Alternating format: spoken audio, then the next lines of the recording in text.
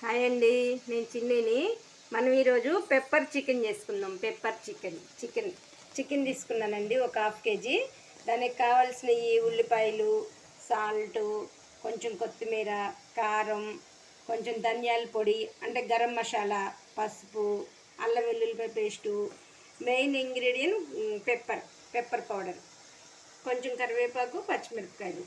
ఇప్పుడు మనం ఎలా చేసుకోవాలో నేను చెప్తానండి. పెప్పర్ చికెన్ చాలా బాగుంటుంది. ఉల్లిపాయ పక్కన మూకడు పెట్టుకుని ఉల్లిపాయ ముక్కలు వేసుకుందాం. ఆయిల్ వేసుకున్నానండి, సరిపడా ఆయిల్ వేసుకోవాలి. ఉల్లిపాయ ముక్కలు వేసేసుకుందాం. నేను ఎక్కువ కోసుకున్నానండి, కొంచెం ఉంచేసుకుంటా. చూడండి, ఉల్లిపాయ ముక్కలు వేసుకున్నాను. కరివేపాకు, పచ్చిమిరపకాయలు కూడా వేసేసుకుందాం. తొందరగా ఏగటానికి కోసమని కొంచెం ఉప్పు వేసుకుందాం.